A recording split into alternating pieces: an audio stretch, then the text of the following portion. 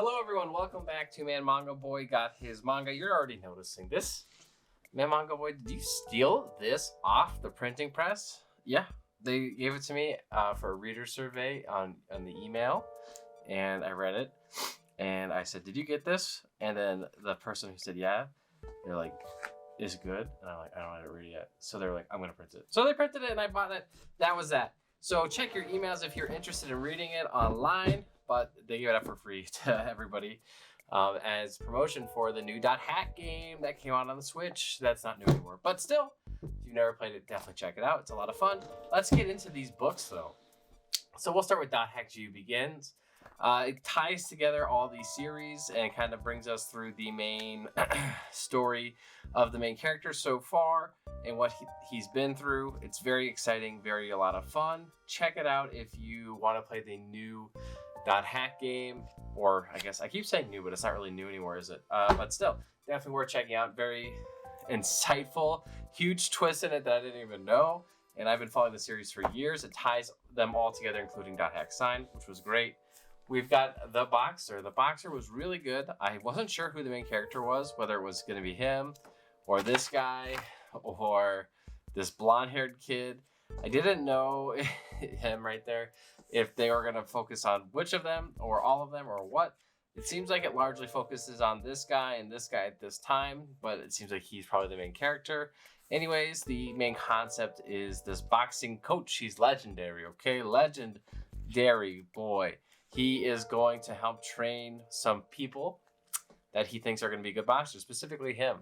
He sees this guy fight in the arena. He's interested, but he's not sold on him. He's like a natural born talent.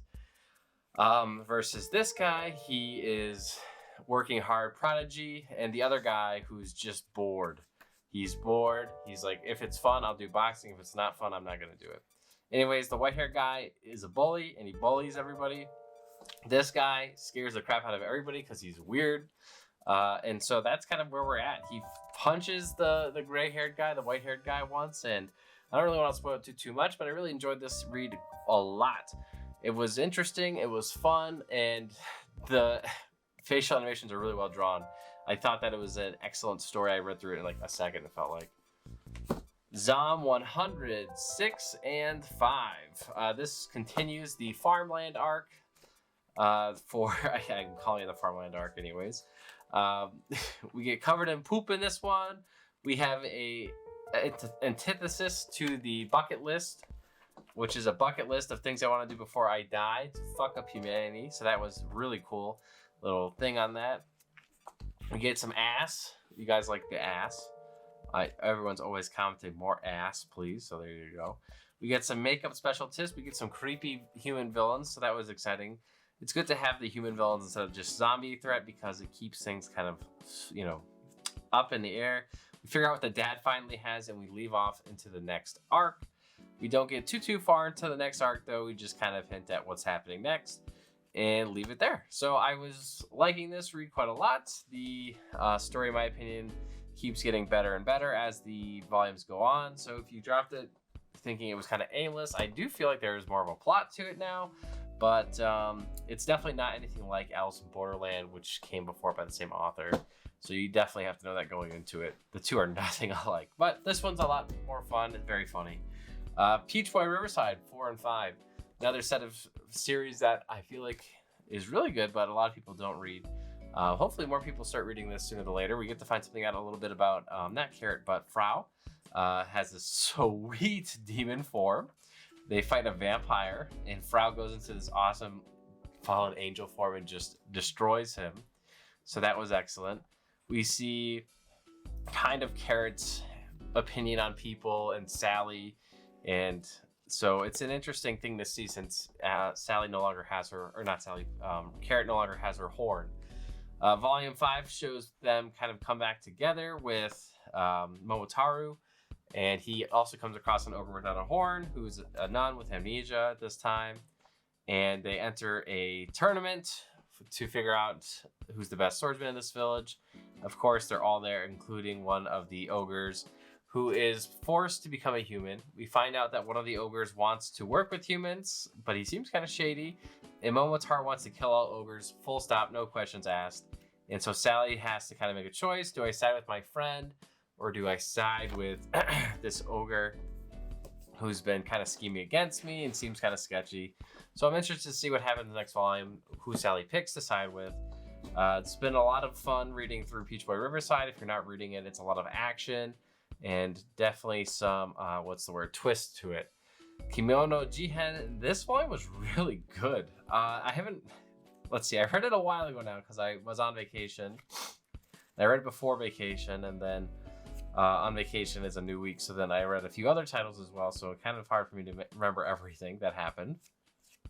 But in Kimono Jihen, we have the Fox Girl here is now kind of on their side, but not really. We find Beelzebub, or these fly-like demons that are sucking the brains out of employees here, which was really kind of creepy. And then lastly, we start the spider guy. He finds his family is around here, and I think that his uncle has his mom. It's tied up in experiments where she's making hybrids and is abusing them and using the threat to sell it for money. That's what I think's gonna end up happening with it. But this is a pretty dark volume, actually, so it's not for the faint of heart, for sure.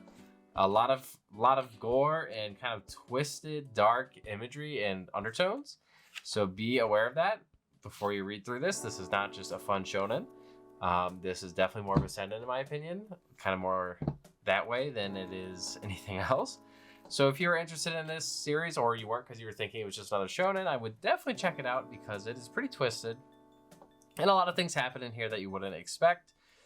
Besides the fact that people get torn limbs and everything like that. It's pretty dark. So, Orient, Volume 12. We are finally caught up with Orient again.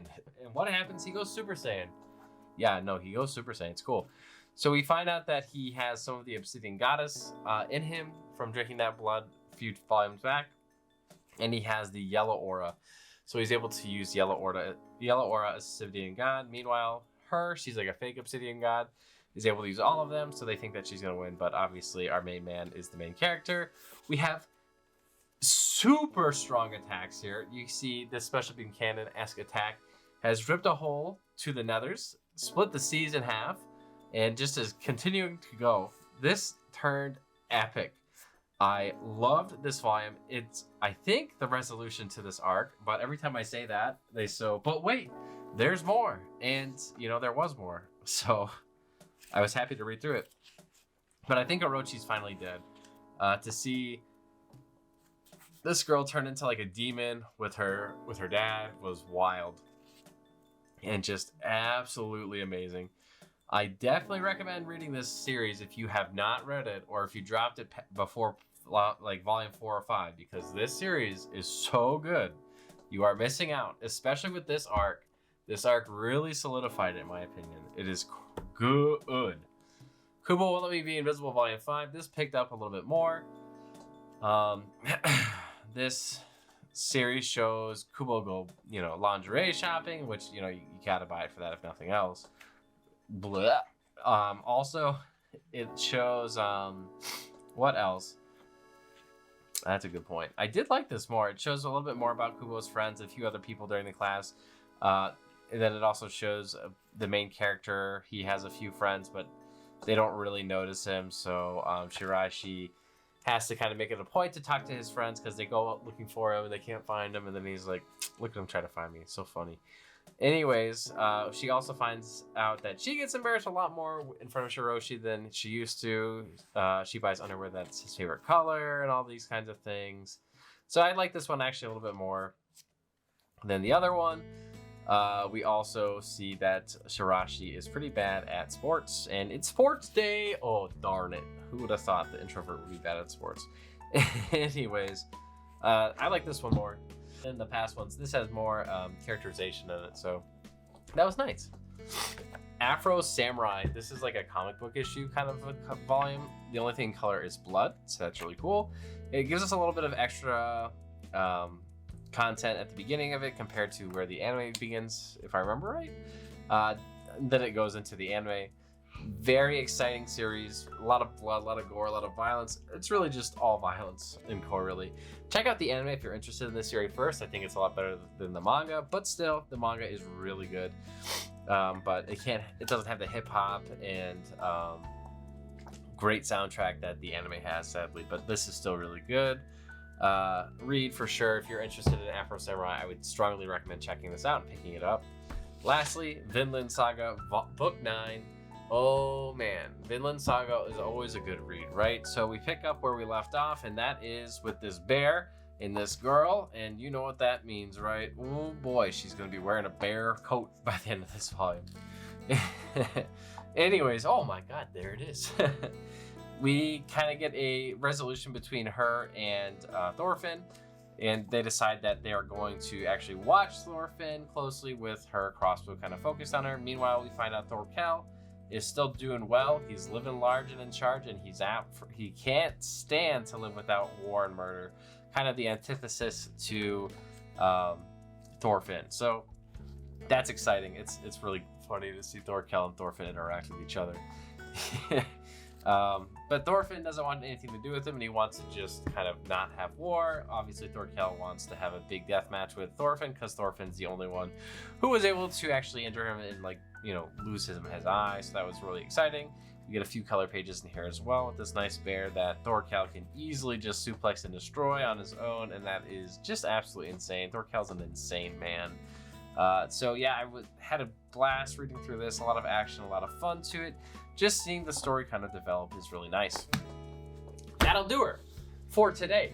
Let me know down below if you liked any of these things, or if you want to talk about them a little bit more with me. This is kind of a manly fighting violence. This is a violence manga reading log here, okay? There's a lot of manly fighting and just violence in here. A ton of it, actually, with a little bit of a dash of Super Saiyan. So we'll see you next time. Bye-bye.